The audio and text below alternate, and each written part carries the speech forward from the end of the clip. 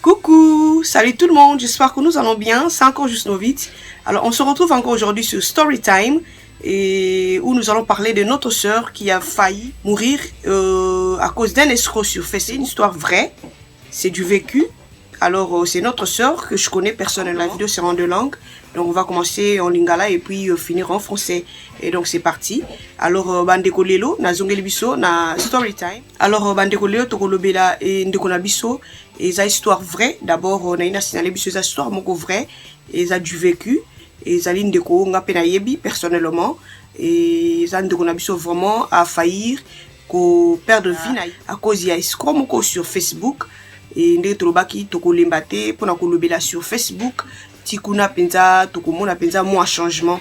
Alors histoire ezali ndenge nini eza ndeko na biso ya mwasi azalaki na Kisasa, donc azalaki na Kisasa azo travailler na place nemoko ya malam moyen to tanga vraiment kombo ezali te. Alors azo sala musane malam comme toujours réseaux sociaux eza wana pona ko kusangisa biso. Alors ayeko kutana ndeko moko et ndeko moko frère soi-disant voilà et sur Facebook voilà. Alors bakutani babani ko solola alors ndenge toujours ezalaka. Alors ndeko ayeko proposer ndeko mobali ayeko proposer ndeko na biso mwasi et ndeko mobali en fait na yebisi biso te azalaki na mboka ya South Africa to pe na Sud Afrique. Ndeko ya mobali et bakutani na Facebook bazo solola kosola nde ndeko mobali ko proposer et ndeko na biso ya mwasi vraiment ndeko na biso azalaki vraiment na vie moko ya mwa malam tant tout ça mwa malam biso moto yebi na Afrique ndenge ezali. Donc azo gagner mbongo na ye penza bien azalaki pe ko save mbongo na ye to pe ko épargner mbongo na ye pona yika ndenge ezalaka mwa mwasi to pe ndeko nyonso na Afrique azo envisager Europe et tout. Alors lisolo e babandi bolingo na bango et tikuna. Alors mobali a se présenter comme que voilà mobali alobi aza entrepreneur asalaka na Afrique du Sud azana ba engagement partout et ici et là. Alors ba continuer ki alors déjà mobali azaki déjà préparé déjà moi si ayebisi moi si que position ngeza boy na sala musala malamu donc na gagner ko temps et tout et donc musala nga vraiment efutaka nga bien. Alors moi si pe ayeko bisa mobali pe position na ye ya musala na kuna na. Alors mobali ayeko yeba montani ni moi si aganyaka et tout ayeko sala ke ndenge toujours mobali azaki na ba ruse na ye ya mabe azaki déjà préparé ayeko bisa moi sinon et prétenga $15,000. Bandeko vraiment c'est regrettable ezali vraiment pas na motema et talaka en Afrique mutazo ke épargner ba mbongo na ye yo na sur Facebook vraiment ozana ba mission na ya mabe escroquerie ya impossible. Donc il y a niveau moko impossible tina niveau wana ya ko benda muto azana Afrique $15,000 vraiment eza pas mingi na motema. Alors ndeko mobile ebisaki ndeko na biso ya mwasi que prétenga $15,000 pour na ba faire na ndenge na salaka.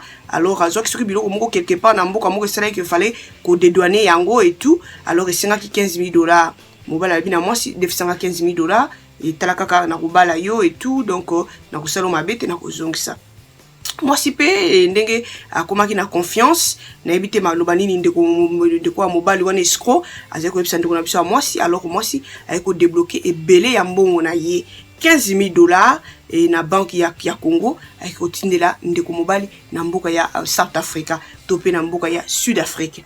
Ndeko mobali ayeko ozwa mbongo et donc ba continuer bolingo na bango ndenge wana tango ba continuer ndenge wana komaki na niveau ndeko mwasi alobi meto continuer bo ndenge nini nga na moni na jeune na rejoindre yo et pas yo zali. Alors ndeko mobali alobi non et dans ce cas la ligne makambo c'est la secret biso mibale. Alors na lingi osala makambo nyonso surtout comme ça tango ya koto bongo na ko rembourser yo na 15 millions na defa yo. Alors ndeko mwasi et pas zaki na Kisasa kuna ki ko contacter et bandeko pena bazali mieux placé pour ko sunga na tina ya visa. Alors basunga ki penza ki ko zo visa.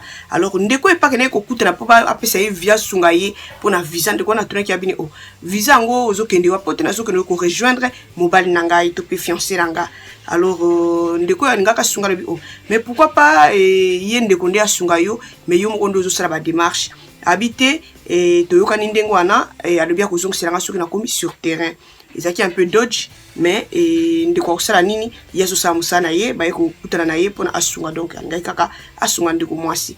Alors ayeko sunga ndeko mwasi azwaki visa tango ndeko mwasi azwi visa asombi pe bien na ye avant na somba billet bolimbisi ay ko zongela sunde kwa sunga ki na visa pour ndeko pe asala ka banzela wana mingi South Africa kin alors ay ko zongela ndeko wana le bine na lingi yo sunga ngatraka na zuki ne pas mobali na lingi tera koma directement et pas mobali na lingi soko zana bandeko kuna bako ko yamba ngalo kwa yo kinda kuna mingi comme ça ko zana malamu mingi na komela wana pe pour na moi kilo na ngape bo mwasi alors nde bongo ndeko na bi pas de souci pour mes ates na contacter libota o epa ngai na komela kana Afrique du Sud alors eko contacter libota kuna na South Africa tanga contacter libota kuna e bango habiter pour mité aya to yamba yi alors ndeko mwasi azoki komi e tanga komi na Sud Afrique to pe na South Africa e libota wana ya bandeko basinga ki na visa ba yamba ki ye tango ba yambi ye o monike mutakomi quand même ba yambi ya lali alors lobi nango ba habiter ndeko kasi yo komi et ça ndenge nini po tozoki instruction ke okokomela wa mais après okoluka molinga mina yo pona bo s'arranger ndenge nini boko sala alors ndeko ayaki koloba bon ça va numéro ya téléphone yango yo to alors vraiment ils a passé mingi bandeko basi kozala malamu mingi pe biso tozala moi sage tozala pe moi sage tozala naïve mingi te kozala mabe makasi po babiloko ya boye mbongo yo moko beti mutu na bakayu na yo na msana yo ya kulamuka tongo ke na ba ville wana ko sala o épargner et puis ke ne kaka boye zéro ti kuna ke ne ko perdre même peine au perdre vie na yo kitoko mingi te alors tant ba komaki na tongo et ko koma ba komaki na tongo ba bengi numéro ya mobile ya yambi fait téléphone alobi boza côté nini mobile ko ya et pas moi si aza komilaki na Sud Afrique tant mobile ye et ba sololi alors mobile bi bon ngana zali ko ya na ko luka yo na pokwa comme ça bongo to ibandi to ko sala mobile ke ibandeko ko kene mobile kendaki afana no mobile kende bolimbisi tant mobile ye et ba quand même ba benani moi quelque part na moi restaurant bazolia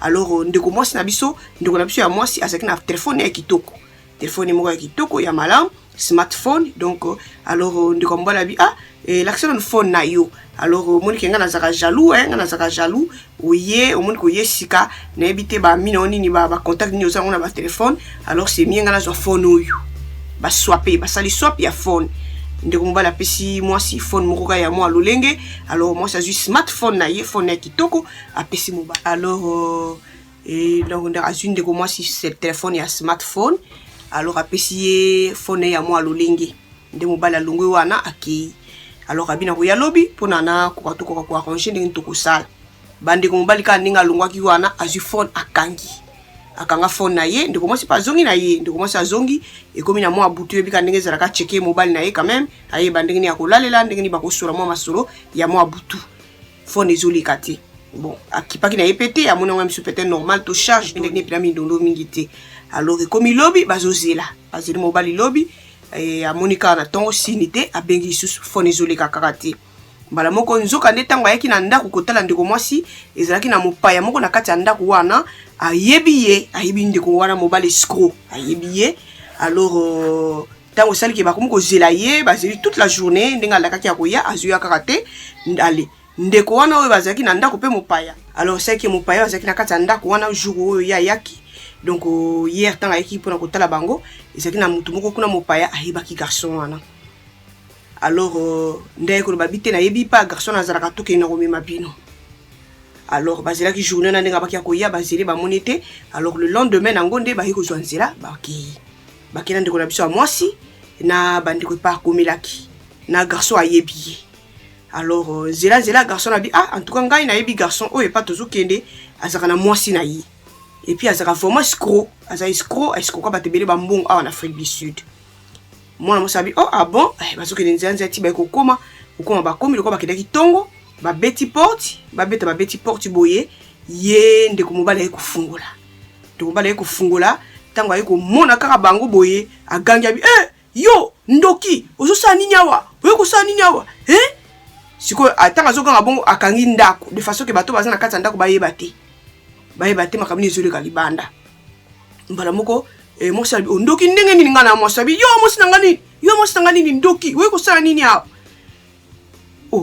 bango so baboni kotala na makamini nini oyo mais au juste makamini ezole ka te bolongo awa de bobima bolongo awa mbala moko mwasi ya mobali pe ayokufungula porte makamini ezole ka au juste eza nini ngana mwasi na ye soki likambo ezali boyebisanga ndeko mwasi oyo ya biso obiso to yanga ngana yebi ayokukweya ndeko mwasi ayokukweya et donc akoka ko supporter choc wana te ayeko kweya esali ke ba benga pompier et ba ya pour na ba zoyer à l'hôpital. Donc azeki sur ko répondre ta perte de connaissance déjà na ndenge ba ibete ke mo masonize anzela ke garçon pas tout okende de minga na yebi ke ya bala ninga ko na suite wana et pas mopaya wana. Alors ndeko moi c'est ko kweya esali que ba memi l'hôpital. Ba memi ndeko na hôpital moi ndeke za kaka réanimation moi nini ndeko ayeko zonga ba ndeko tuni mo juste zani. Alors tant ndeko ayeko zonga ba yeko ye garçon ayebi wana akende lisusu et garçon wana ya escroc akende lisusu na ndenge ke basula bango na bango mwana mibal au juste kamweza ndenge. Alors entre temps ndeko na biso na mbete hôpital a signalé déjà mopaya ke ndenge za wana azokinga 15 000 botuna ye et puis na téléphone nanga ya sika na yaki na yango. Alors ndeko oyo mopaya yebi ndeko wana na mboka wana Afrique du Sud escroc akei kokutana na ndenge ke bakutana mibali na mibali bakwa kosolola. Alors tant que kuna ba sololi na ye ndeko ko avouer makambo nyonso abiki te en tout cas ngana yeba kiteke tokela ye musika. Alors 15 000 na senga ki ye écoute na minute nazo ba maman na ngaza na hôpital na katanda ko gravement malade na senga ki 15 000 pour ba traiter maman ba totaki maman mais et malgré ba totaki ye mais azaka ka malamu mingi te et donc ngai na mwasi na ngai donc déjà ningo lobo yebi donc yebi ngana na mwasi na nga et zaki juste makaba Facebook ngana yeba kiteke ya ko bimela ngai yawa azwango sérieux et tout. Quel choc! Quel choc! Et pour bandeko ba yambaki wana pe ba yebi na bango yete zaki juste aide ndenge za kaka aide de passage ndeko aleka kaka po ke nekukuta na molonga ni na ye zoka nde masolo ezali mango ni masolo te ndeko mwasi choc ya kosakana te na mbete hôpital eti nzamaki kosunga ye ayeko zo makasi abimi hôpital alors que akende wapi et pas comment ke pe ba yebi yete ba bi non. Et yo yaki pour na makama mobile to sunga ki yo olala 2 jours 3 jours mais et ya boye to koraté soit ozonga kisasa okosala ndenge nini bandeko ndeko mwasi yaki kotelinga na mboka Afrique du Sud. Alors esala ki ndenge nini ndeko mwasi yaki ko contacter cousine moko ya kala oza ki basola kutu te na province moko ya Afrique du Sud. Alors ndeko yaki contacter cousine wana ndebongo ndeko yaki kozwa makolo na ye a se retrouver na minute to ba na province ya ba cousine wana yena escroc masolo ezate po escroc azana famille na ye azana vio ya menaka donc amitiaki ka na Facebook pour na ko escroquer. Donc voilà un peu bandeko basi et bandeko nanga na yebite likambo yo comment biso basi to kozala pe naïve tina na niveau wana ya ke 15 000 au bimisi 15 000 na yo ko pesa na inconnu oyo monité o yebite ezate ke copinage to ya kala ya makamni boyebani otope ba famille ba yebani bokutani kaka na Facebook na ba photo to tsaka kaka wana et ndenge toujours na lobaki ba photo et otie photo bolulani non bandeko vraiment na yebite vraiment les solo oyo esunga biso esunga ba oyo bazana masolo oyo et to pexi bolingo na Facebook te mais oyeba ozo ko s'engager na nan tala likambo monene ya modelo e komeli ndeko na biso mwasi na minute oyo aspect asa démissionner ki déjà na kisasa na musala aozo na kisasa ki ko sala musalani abana luka su misala esika bandeko botala un peu passion ndeko na biso a se retrouver na yango na ndako ya cousine bino moko boyebi biso ba oto na poto to yebi ndenge poto ezalaka nango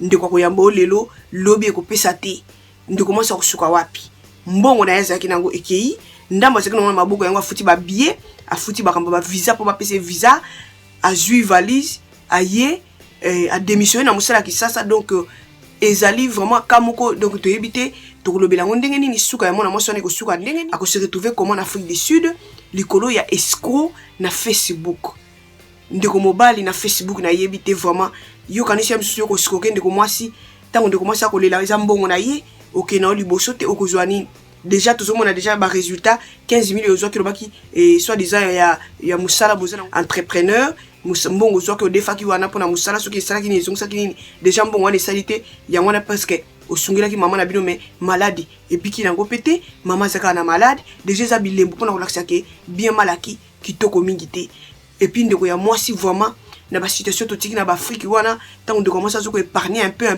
à commencer ba 15 000 yo escroc outi na yo na ngambo nini yebani te outi na kona nini oya ko escroquer ndeko mwasi pasi na motemo za na ngoto za pe na mwasi na kati ndako vraiment na yebite bandeko nanga na yebite bandeko bwasi to fungama bandeko basi to fungama misu ndeko mwasi soko luka Europe na ndenge mo ya malamu e ko zela malamu mingi ya boye na bambongo na yo musala na kisasa ekufi okozonga na kisasa na nzela nini na moyen ya nini ovanda wapo bandela côté nini.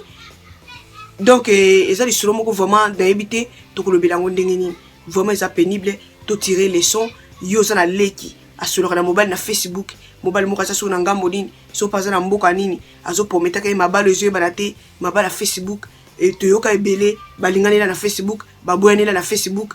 Donc ezali eloko moko vraiment to tirer nango leçon to zongo bizuela te to vraiment oyebi camarade azana mo mobile moko azo prometa na Facebook komona neza malamu mingi ya ke to famille moko boyebanaki eza el malamu mingi ke a famille na to yebi yango to pe ndenge bakoyelaki to pe cousin na bango to pe nini wana ezaka un peu quand même boyebani. Mais oyo inconnu na Facebook ya koyeba na famille te ya koyeba na ngambo te kona ni na ya kisasa boswa bokanga mikra boye na makambi na yebite bande ko lisolo esunga biso passe na motema vraiment et yango lelo na yaki vraiment na partager na biso lisolo oyo peut-être oza na cousine to poza na mwana na yo ya mwasi to poza na ndeko na yo ya mwasi azo ko s'engager na ba makambo ya lolenge boye ya ba Facebook na mibalo oyo omonana te boyebani te kaka bokunda na ba photo ya ba Facebook bobani ko lingana pe bo pomete na ba libala na yebite esoki eza lolenge babala ka mutu na photo te biso moko to yebi babala ka na mutu na photo te mutu fo yeba ye bo vanda na ye et bo monana nyonso na ezoko te vraiment eza très important ko yebana ko monana. Et donc biloko ne se jouera vraiment ba rôle moko ya makasi na oyo etali ba bolingo. Et donc yo mutu yebani te beaucoup de na Facebook pe mutu bando ko promettre libala déjà c'est escroc.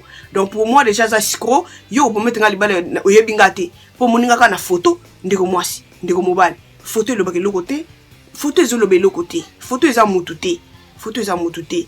Et donc vraiment mutabongo dès que zo mona kazo promettre libala ka nga moni na photo déjà et le belé que aza mutu keba aza mutu pena ko trust mingi te aza mutu vraiment faut ko tele na musika et puis babolingo ya ba inconnu et toboite et babolingo ba inconnu vraiment faut bomonana to pexi yango te mais bomonana to monani na biso to bani masolo malembe tikuna soki nzambe pasungi et que simbi bo vandisika moko malamu. Mais ya musika neti waza na kisasa moko waza na États-Unis to pa waza na kisasa moko waza na ngambo boye bomonani te kaka mbala moko.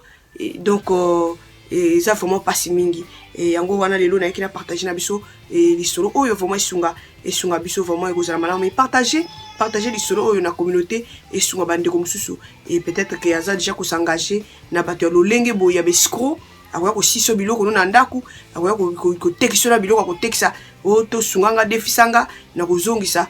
Et donc tout ça vraiment na beaucoup. Donc voilà un peu aujourd'hui on va parler un peu de notre sœur qui a failli mourir à cause d'un escroc sur Facebook. En fait l'histoire c'est comment? C'est notre sœur que moi je connais personnellement. Et elle était à Kinshasa, elle était en Afrique. Et la sœur travaillait, elle avait un bon boulot. Alors la sœur avait commencé à épargner un peu et pour préparer l'Europe, nous tous nous le savons. Alors la sœur a rencontré ce gars escroc et sur Facebook. Alors ils se sont rencontrés sur Facebook et le gars a commencé à promettre notre sœur le mariage et tout. Alors la sœur travaillait et après la sœur s'est dit mais bon, et à quoi sert de rester ici et puis mon fiancé ou mon mec est en Afrique du Sud. Alors, en fait je vous ai pas dit, le mec habitait Afrique du Sud, oui, habite Afrique du Sud et notre sœur habitait au Congo, Kinshasa. Alors la sœur a commencé à épargner. Elle épargnait et à un moment, qu'est-ce qui est arrivé? Le soi-disant fiancé ou l'escroc, alors lui a dit, je suis un businessman, alors je gagne tel montant, telle somme et tout. Alors la sœur aussi, d'un cœur, elle a tout dit, elle a tout rencontré à ce mec escroc, que non, moi aussi je travaille, je gagne autant et tout. C'était vraiment l'occasion pour le mec et d'introduire son dossier et pour escroquer notre sœur. Alors le mec un jour dira à notre sœur que non, il faut me prêter un peu d'argent et je suis vraiment bloqué et avec mon business, donc je suis bloqué. Alors j'ai besoin d'une somme d'argent si tu peux m'aider. Alors notre sœur en épargnant, elle avait épargné au moins 15 000 $. Alors la sœur avec toutes les promesses qu'on l'avait données de mariage, de tout. Alors la sœur va libérer l'argent pour envoyer au gars qui était en Afrique du Sud. Alors la sœur a envoyé 15 000 alors que ce frère escroc avait son programme. Donc il voulait soigner sa mère qui était malade en Afrique du Sud. Alors, l'argent était parti et puis ils ont continué au téléphone, sur Facebook et tout. Alors, un jour, la sœur dira, elle va se décider, elle a dit, à quoi sert bon de rester ici et mon fiancé est en Afrique du Sud, alors c'est mieux pour moi de te rejoindre. Alors, il parlera au gars, à l'escroc. Alors, l'escroc lui dira, ok, pas de souci, moi je suis là. Et fais tout, mais le problème c'est que je veux pas t'aider maintenant parce que je veux pas que ma famille sache que moi j'ai fait des dépenses. Alors, j'aimerais que tu puisses faire toutes les démarches pour venir. Alors, et puis après, je vais te rembourser avec ton 15 000 que j'avais déjà prêté avant. Donc, je vais rembourser le tout. Alors, la sœur a commencé ses démarches. Et la sœur va rencontrer un homme qui est en place là-bas chez nous au Congo. Et pour l'aider à prendre son visa. Alors, le mec va lui demander par curiosité. Le mec lui dira, mais comment ça, toi tu es une femme et puis c'est toi qui fais des démarches, pourquoi pas le gars t'aide un peu. Et la dame dira, notre soeur dira au monsieur qui l'avait aidé à prendre son visa, et que non, on s'est entendu comme ça, et moi je veux faire tout, et puis quand je vais arriver, et c'est là maintenant, et mon fiancé va me rembourser. Alors c'était comme ça, et puis le mec a fait son boulot, et il a aidé notre soeur pour avoir son visa. Alors notre soeur avait pris son visa. Il a pris son visa, mais le problème c'était quoi? Notre soeur est retournée encore chez le monsieur qui l'avait aidé, parce qu'il connaissait le monsieur en fait, le monsieur fait Afrique du Sud Kin à tout moment. Alors notre soeur va encore retourner chez le monsieur pour dire, j'aimerais que tu puisses m'aider et d'arriver quelque part en Afrique du Sud, au lieu d'arriver directement chez mon fiancé, j'aimerais arriver chez toi ou dans ta famille, et puis après, et à partir de là, maintenant, mon fiancé va venir me prendre. Alors le mec dira, oh, pas de souci. Le mec va contacter sa famille en Afrique du Sud. Et il a contacté sa famille était d'accord. Ils ont dit, oh, pas de souci. 2-3 jours, c'est bon, c'est pas de problème. Alors on viendra te prendre à l'aéroport et puis c'est bon. Alors notre soeur avait pris elle a payé son billet, elle a pris sa route. Arrivée en Afrique du Sud, c'était la famille de notre bien-aimé qui l'avait aidé à prendre son visa. Et la famille était là pour l'accueillir. On a accueilli notre soeur et c'était bien. Et elle est arrivée, donc il fallait qu'elle dorme quand même pour commencer le démarche demain. Alors arrivé demain matin, la soeur va appeler. Apparemment, elle a appelé le même soir quand elle est arrivée. Elle a appelé le même soir. Quand elle a appelé, elle a dit, oh, je suis déjà là. Et notre frère va dire, ok, je vais te voir demain matin. Alors, demain matin, le frère aussi s'est présenté, l'escroc, voilà, de Facebook. L'escroc va se présenter et puis ils se sont embrassés et tout était bien. Et ils sont partis au restaurant pour essayer un peu de parler en privé. Alors de là maintenant, elle a vu notre soeur avec un téléphone smartphone. Alors elle a dit à la soeur, mais non, écoute, moi je suis jaloux, hein. Moi je suis jaloux. Alors je ne te permettrai pas d'avoir ce téléphone. Peut-être tu as des contacts de tes anciens copains et tout. Alors j'aimerais te retirer ce téléphone et puis te donner mon téléphone là où il n'y a pas de contacts et tout. Alors, ce frère escroc va prendre le téléphone et il va swapper. Et puis, il va retourner, elle dit, ok, je vais te voir demain. Et puis, de là, maintenant, on va arranger comment on va faire et pour te faire déplacer d'ici. Alors, l'escroc va partir. Il va partir. Alors, notre soeur est restée. Alors, après demain, comme il s'était entendu qu'il va venir pour parler ou prendre notre soeur, il ne s'est pas présenté. Alors, il ne s'est pas présenté, même l'heure, il avait dit, il ne s'est pas présenté. Alors, ils étaient un peu inquiets. Alors, la sœur a appelé le téléphone, sur le téléphone de l'escroc. Alors, la sœur appelle le téléphone de l'escroc. Le téléphone ne passe pas. Alors, ce qui était bien, quand l'escroc était venu pour voir notre sœur, il y avait l'invité dans cette maison-là qui connaissait le gars, qui connaissait l'escroc. Alors, voilà, quand ils ont commencé à s'inquiéter, mais c'est comment on va le joindre, le téléphone ne passe pas. Alors, la personne qui connaît le gars qui était là à la maison dira, mais non, moi je connais le gars, je connais l'adresse et tout, allez, on peut aller sur place et puis c'est bon. Alors, ils ont pris la route et tous pour aller chez le gars. Et donc voilà, parce que c'était juste la maison du passage, c'est pas la maison où la fille va commencer à habiter. Alors, en partant maintenant, en cours de route, c'est là maintenant le gars qui connaissait l'escroc a commencé à relater un peu des petites histoires pour dire, en fait, moi je connais le gars est marié, hein. Le gars est marié, il a sa femme à la maison, et puis c'est un escroc, hein. C'est quelqu'un qui a escroqué beaucoup de gens ici en Afrique du Sud. Et la sœur dira quoi? tu es sûr de ce que tu dis? Et puis, oui, moi, je suis sûr, moi, j'habite ici, je connais le gars. Arrivé à la maison, ils ont toqué, et puis c'est lui le gars qui va sortir, parce que c'était le matin. Très tôt matin, ils sont arrivés. C'est le gars qui va sauter et puis qui va venir à la porte. Oh, directement, quand il a vu notre soeur avec 2 ou 3 personnes, il dit, toi, tu fais quoi ici, sorcière? Qu'est-ce que tu fais ici? Quitte ici. Oh, il se regarde, mais c'est quoi ça? Toi, tu as dit c'est ton fiancé, non? Mais il parle de quoi? Mais non, sautez, sautez ici. Directement en criant, sa femme aussi est venue. Sa femme aussi, malgré elle, il avait fermé la porte. Et puis sa femme est venue. Sa femme va dire maintenant, en fait, c'est quoi qui se passe ici? Ça, c'est mon mari. S'il y a un problème, il faut me dire. Et c'est quoi? Notre soeur directement est tombée. Notre soeur est tombée, elle ne pouvait plus supporter, est tombée et puis elle a perdu connaissance. Alors tout ce qui s'est passé, alors elle ne connaissait pas. C'était les gens qui l'ont amenée, qui l'ont accompagnée, qui lui dira ce qui s'est passé à la suite. Alors ils vont appeler là, le pompier pour amener notre soeur à l'hôpital. Notre soeur était à l'hôpital et le temps de recover. Et la soeur va commencer à relater un peu l'histoire pour dire que ben non. Et il a aussi mon 15 000 $. Il a aussi mon téléphone, smartphone et tout. Alors, et la personne qui la connaît, qui connaissait le escroc, ils sont retournés encore chez l'escroc pour dire, ben, écoutez, tu as les 15 000 de la sœur, donc il faut donner l'argent de la sœur. Alors la personne qui connaissait le gars va retourner chez le gars pour lui dire, on est là pour 15 000 $ que tu avais pris chez notre sœur, et puis le téléphone. Le gars dira, mais ben, écoutez, moi, j'ai pas l'argent, j'ai pas ce 15 000, j'avais pris le 15 000 pour soigner ma mère, et ma mère est toujours là, elle est malade, moi, je vais prendre le 15 000 pour vous donner. Donc, dommage, j'ai pas le 15 000. Et voilà, et donc, ils ont parlé en tant qu'homme, et puis il lui dira, mais non.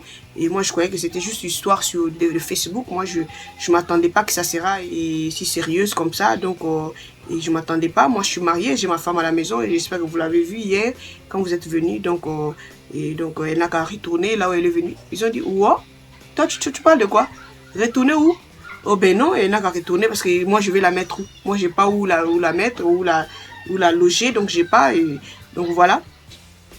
Et donc, c'est vraiment pitoyable. C'est vraiment pitoyable cette histoire. Et notre soeur était à l'hôpital pendant 3 jours, le temps de recover. Et puis après, la soeur était sortie. Et la soeur ne savait pas où aller. Alors, la maison où elle était arrivée, c'était juste là, une maison de passage. Alors, on lui dira, écoute, donc, on ne te connaît pas, on t'a aidé et tout. Donc, soit tu retournes au Congo, et soit tu cherches où aller. Entre-temps, notre soeur avait perdu son boulot au Congo. Elle avait perdu son boulot au Congo, croyant qu'elle a fait sa route pour le mariage et puis faire sa vie pour du bon en Afrique du Sud. Et donc, voilà, la soeur était vraiment perdue en Afrique du Sud.